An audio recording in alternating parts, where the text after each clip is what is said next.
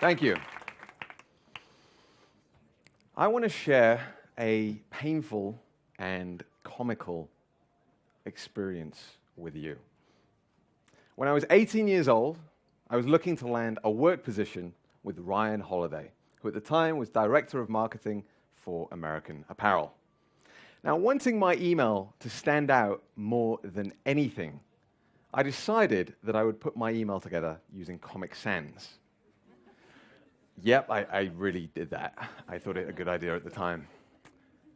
Now, Ryan kindly responded to my message. It certainly got his attention. I was right with that. I was over the moon that he got back to me. But he included a PS.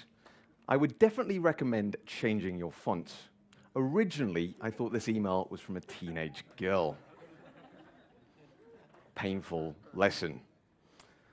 In this talk, I want to ensure that you don't make quite so comical and horrendous mistakes with your emails. See, most people don't know how to write compelling emails. Most people, when sitting down to write something to send off to a company, send a machine gun blast of their resume to 200 different companies, hoping that something will land. Now, you don't have to be a recruitment manager to know the kind of thing that I'm talking about. Whether it's from friends, whether it's from family, or perhaps, if we're honest, we're guilty of sending such messages ourselves, we all know the type of thing that I'm talking about. Such an approach rarely leads to a position of quality, a position that you can become passionate about, and all too often leaves young people in a state of learned helplessness, considering they've contacted everyone that they possibly can and not having gotten a single positive response. I want to put a stop to this. Having been on the receiving end of thousands of these emails, and I'll tell you why in just a second, I've come to see the working world as something of a school disco. On one wall, we have young people who are driven, who are ambitious, who are purposeful, but who are lacking any real sense in direction. On the other wall, we have entrepreneurs, we have business leaders, we have experts of industry, who are doing great things, but crying out for the smart, serious, and hardworking people on the other wall to come across and join their ranks and help manage the burden of what they do. The trouble is, there's this chasm in the middle that no one knows how to cross. Now, the people at the top, with blogs, with email, with social media, have never been more accessible. You don't even need to leave your wall to make contact with these people. And the opportunities available for young people have never been greater because of that. Now, in this talk, I'm going to be taking you through and looking to share with you a simple and elegant three-step formula that you can use. This is going to be a formula that I've used myself and that I've had, that I've reached out to many high-profile people using, that I've had friends of mine craft emails using, that they've gone out to reach incredible positions too, and it's going to be something you'll be able to use right away. So to take you through, writing persuasive emails is truly something of an art form, and it's something that hundreds, if not thousands, of books have been written about. To save you the hassle of having to read them, allow me to let you in on the general formula. The steps are simple. Dream, problem, solution. What is the dream? What is a problem that this person or this organization has? And how can you position yourself as the solution? So dream. I know that the dream for you is to become a New York Times bestselling author. Or I know the dream for you is to build an empire and dominate your industry. Or I know that the dream for you is to fully automate your business and go salsa dancing around Argentina. Whatever it is, neatly packaged and used to kick off your email. Problem. I know that while you're doing an incredible job of overall marketing right now, you lack the bandwidth to tackle social media in the way that you would like. Or I know the problem for you is getting people to your live events. You're doing all of this great work to promote them, to market them as best as you can, but you're not getting the people coming along that you would like. Now, everyone, no matter who they are, has problems. There's no pinnacle of success that you can reach where there's an absence of problem. Instead, with greater success comes a greater quality of problem, but there's no absence of problem in anyone. Ralph Waldo Emerson once said that every man I meet is in some way my superior, and in that I can learn from him. I like to turn that on its head and instead say every man or every woman that I meet, I have something to offer. And in that, I can add value to their lives. Solution. The solution is you. How can you add that value? How can you position yourself as the solution to the problem that you've been able to identify? So to take you through a few real-life examples of emails actually using this formula. Back in 2013, I was looking to contact author and marketer Charlie Hone. This is someone who's helped make many New York Times bestsellers. And because of everything that I read about Charlie, he'd worked with Timothy Ferriss, the author of The 4-Hour Workweek, I used the following introduction to my email. It seems the dream for you right now is to inspire a new wave of apprenticed entrepreneurs, to become a New York Times bestselling author yourself, and to realize the 4-hour workweek in your own life. Now, Charlie wrote the book on landing work positions with people who inspire you, a book called Recession-Proof Graduate. His response, Edward, amazing pitch, seriously perfect. Let's get on Skype. Can you talk this week? Now, this isn't because I'm so amazing or that I'm so talented. It's simply that I've seen the patterns for what works. I've seen the patterns for what I myself and others in my position have responded to. I've been able to deconstruct that and use it to my advantage to now share with you. Problem. A few months ago, I was looking to contact Ramit Sethi, the founder of I Will Teach You to Be Rich, a site that began about 9 years ago as a personal finance blog that now has over 500,000 readers every single month.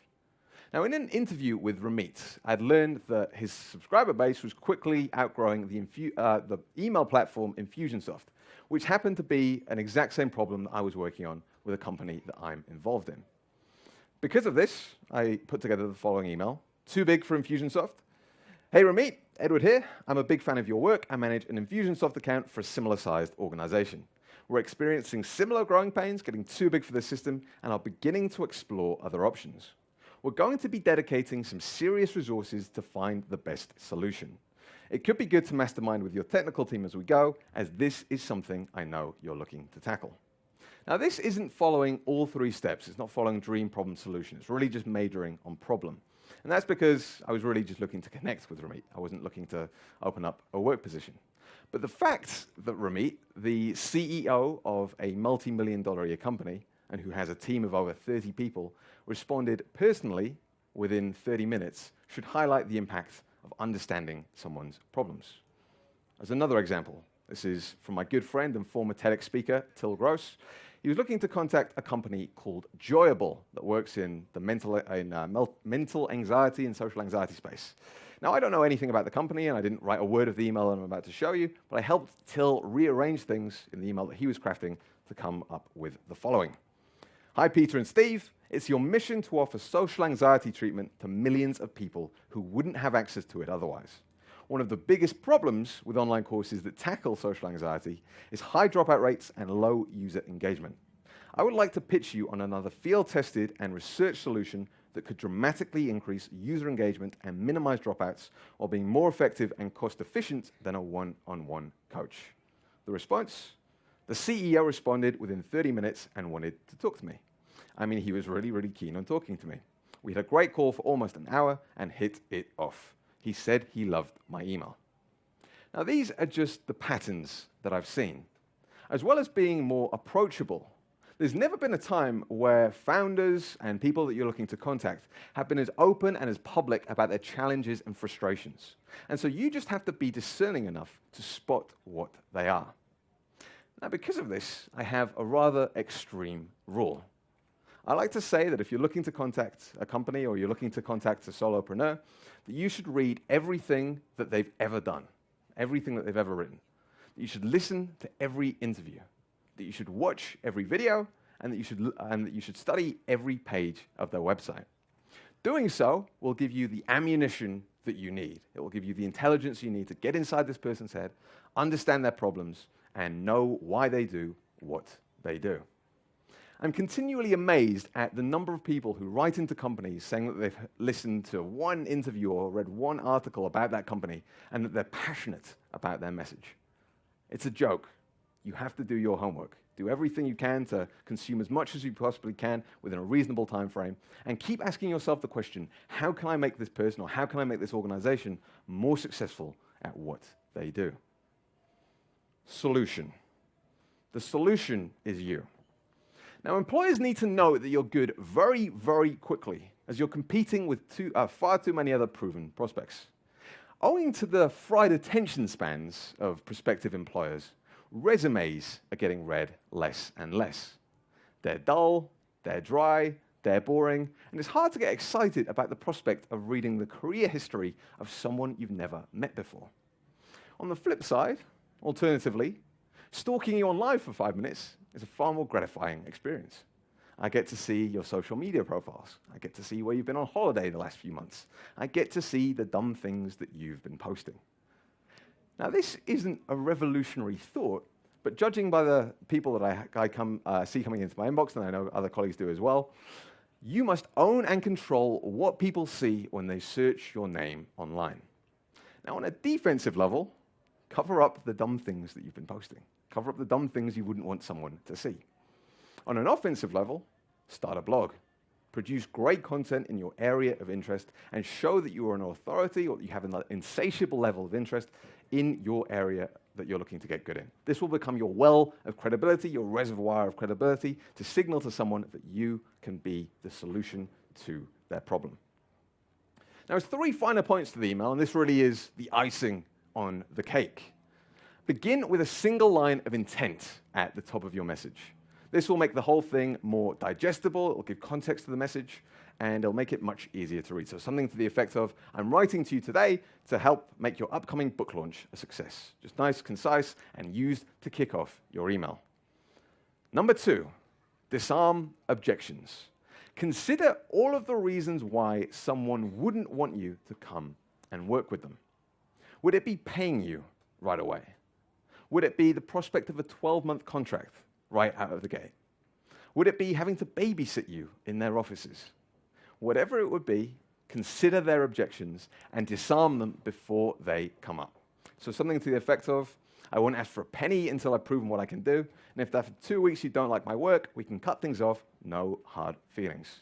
This will make it an absolute brainer for someone to at least try you out. You're making it no cost at all, and it will make your email much more effective. Number 3, add some sort of bonus as a PS to your message. There's a psychological principle known as the recency effect, which states that the parting impression you leave someone with is the one that will be most remembered. So this can be something, this can be a link to an article, this can be a general suggestion, something that will leave them with the aftertaste of you being someone who can help and add value to what they do. So this will leave you with a line of intent at the top, dream, problem, solution, overcoming obstacles, best your name, PS, bonus. Now this would be incomplete. This talk would be incomplete without a list of the biggest mistakes that people make. These are the things that make me want to punch a hole through my laptop, that make me grind my teeth, so make sure you don't fall into these common pitfalls. Number 1, spelling and grammar. I wish I didn't have to say this, but again, judging from my inbox, I absolutely do. Proofread your email.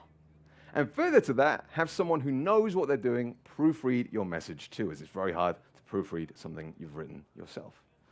If you don't, it will get things off on the wrong footing and look unbelievably sloppy before you've even begun. So number 1. Number 2, do not write lol, do not write ha ha ha ha ha, or anything else that would suggest this is a text message to your best friend. While being excessively formal will make me want to archive your email just as quickly, you need to strike the balance of being warm yet professional. Number 3, do not write a lengthy essay about who you are or what you've done. At this stage, it won't capture anyone's attention. To get someone's attention, you have to write about them and their success, not your own. If they're interested, they'll then ask you, which is then when you can present it. Number 4, don't use Comic Sans. Number 5, do not have your message sign off sent from iPad or sent from iPhone or sent from Samsung Mobile, whatever it is you use. This looks terrible and suggests that you put no thought whatsoever into the email, that you bashed it out in the back of a taxi somewhere, even if you spent a week crafting it. If you need to check your email over on one of these devices, make sure to get this get rid of this at the end of your email. May I suggest all of your emails?